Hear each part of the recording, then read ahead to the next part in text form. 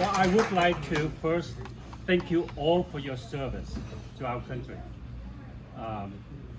Also, thanks your family for the support that they get for you. They endure a lot of hardship when you go away. So I wanted to say that. The thanks come from our group. My 90 years old mother, who was rescued on the very first boat, along with my uncle, who's 85 in Georgia now, who happened to be the Master Chief in South Vietnamese Navy as well. Oh, wow. Yeah, and he refused to escape until he got the U.S. Navy engine on our boat. And I tell you, it's not easy to get the engine in Vietnam at that time. It's illegal. So he got to buy piece by piece of the old engine, and he put together. Guess what? That's his life, because he's the mechanic in the Vietnamese Navy working on a U.S. ship before. Yeah. So that's so natural for him. And we were chased when we get out of the sea. And he said, "Don't worry, we have the U.S. Navy engine. Let's keep going, okay?" And you know how the mechanic in the Navy working, they always have a little rack in their hands so they can clean their hands with all the oil and stuff. So we say goodbye to the Border Patrol of the communists, and we say, "See you later." We just keep going. And it was on April 10th, 1981, 40 years ago. Wow. We traveled about 36 hours.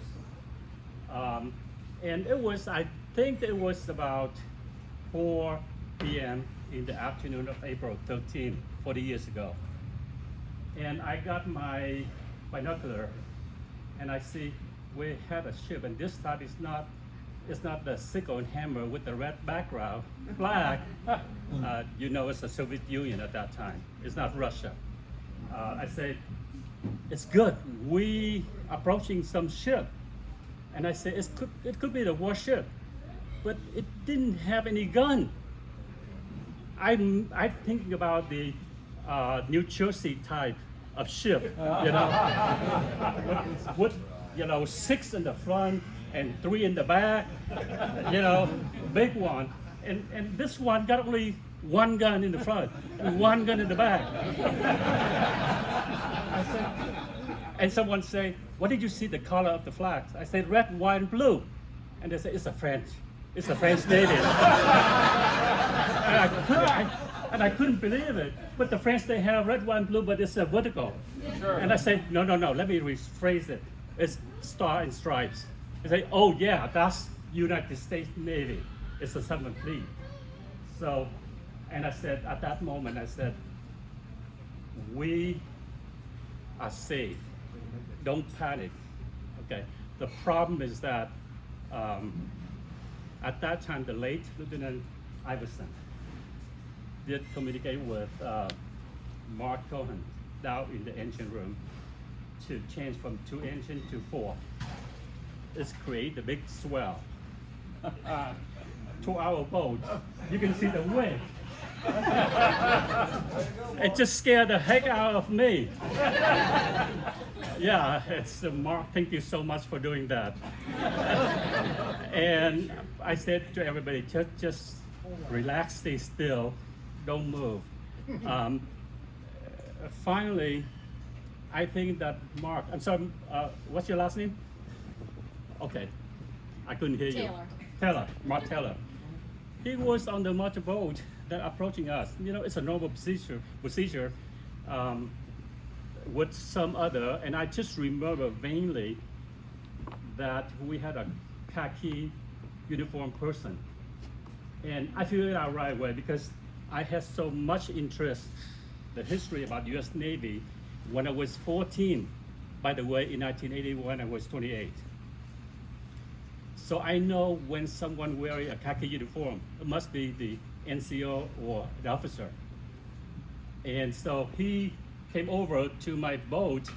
It was so tall, and he stood over like this with the swell.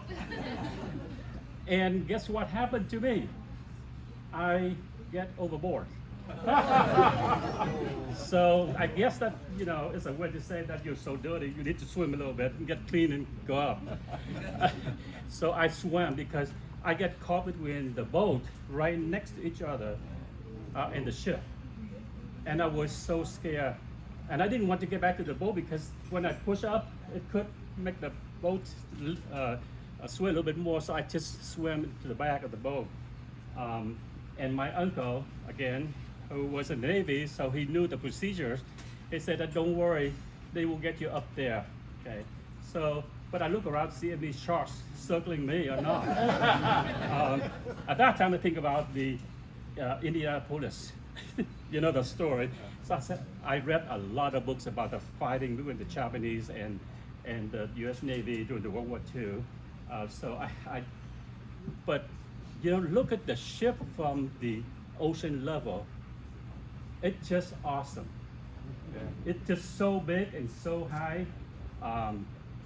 And I was the first one on the deck of the John Young.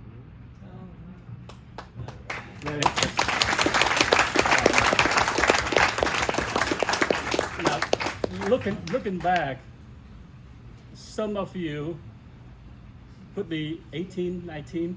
Mark was 19 at that time, right, Mark? We talked about that. You thought you just do your job.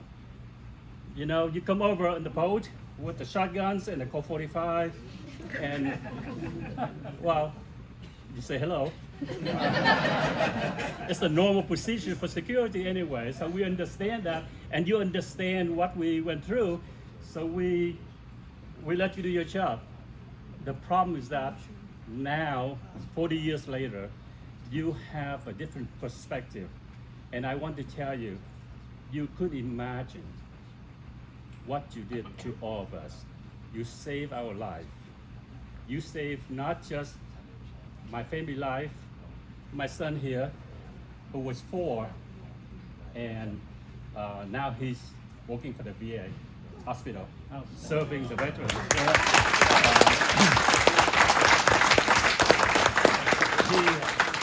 He shared with me about the pain that they go through when they lost half the brain in Iraq or Afghanistan. It's Mike, see what you did. It's contagious. Yeah, it's contagious, and Ernie and James too. But anyway, it's the way that we repay the country. You don't need to enlist in the Army or a Navy or Air Force to repay the country. You become a good citizen of the country. Outstanding.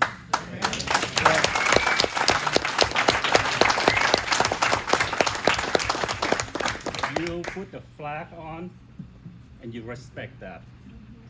That's how I teach my kids, and I have my granddaughter here.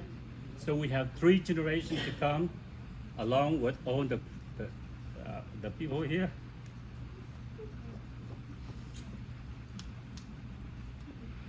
Excuse me. To say thank you. We're glad you're here.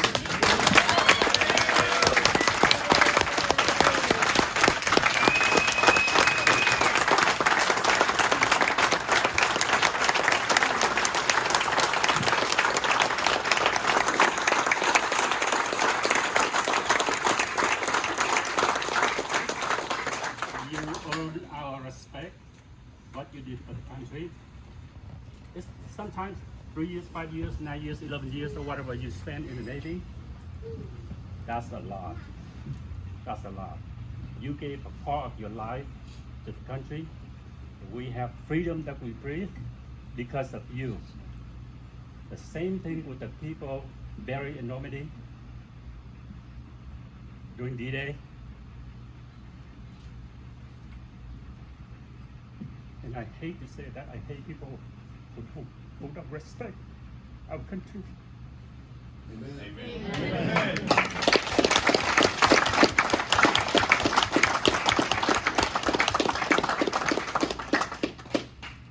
So, with all the people here, we would like to say again, thank you. Thank you to the bottom of our heart. We have November for Thanksgiving. for us, the April 13th and a little bit different day for the other boat, those are our Thanksgiving Day. So you are the angel that we cross path,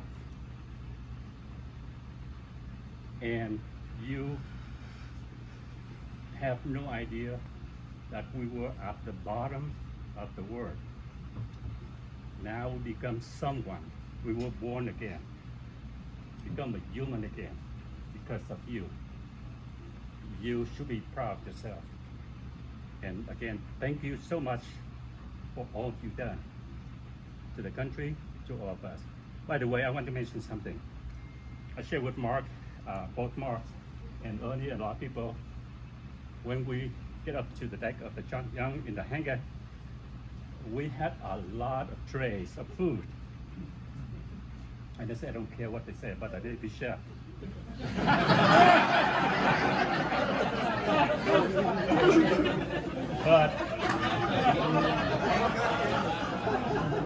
But it was the best chicken I ever tasted in my life.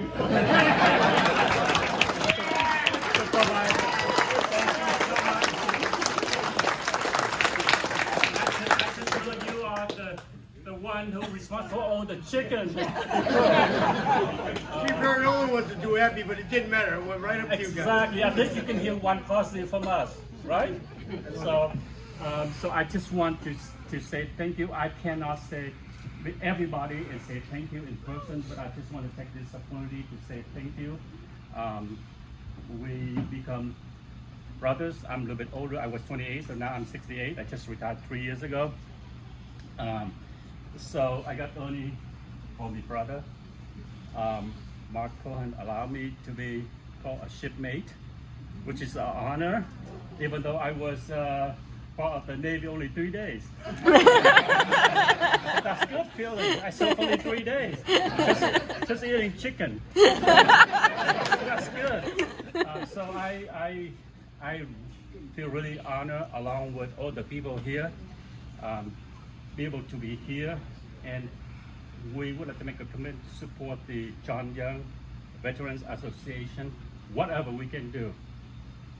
So this will be going on in the future. So again, thank you so much. Thank you all for what you've done. You're welcome. Thank you.